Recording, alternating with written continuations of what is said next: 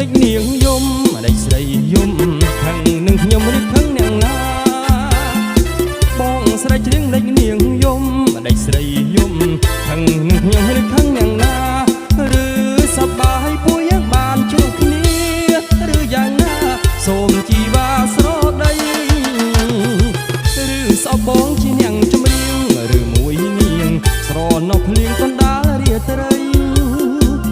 ឬសោកបងជាអ្នកចម្រៀងឬមួយនាងស្រណោះភ្លៀងកណ្ដាលរាត្រីឬស្រណោះបទចម្រៀងមានន័យឬមួយស្រីនឹកអាឡ័យដល់គ្រួសារឈប់យំទៅបើឲ្យបងច្រៀងអើយបងច្រៀងបំពេលនាងជាម្ចាស់ចិន្តាឈប់យំទៅបើឲ្យបងច្រៀងអើយបងច្រៀងបំពេលនាងជាម្ចាស់ចិន្តាស្នេហ៍បងស្មោះលុះត្រអសងខាកុំសងខាថារិមរាដងដៃ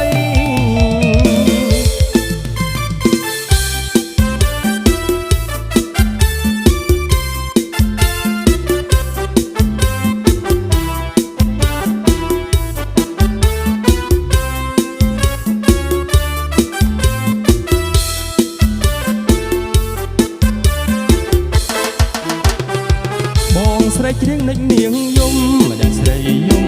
ខឹងនឹងខ្ញុំឬខឹងយ៉ាងណាបងស្រីច្រៀងដេចនាងយំដេចស្រីយំខឹងនឹងខ្ញុំឬខឹងយ៉ាងណាឬសប្បាយពួកយើងបានជួបគ្នាឬយ៉ាងណាសូមជីវ៉ាស្រដី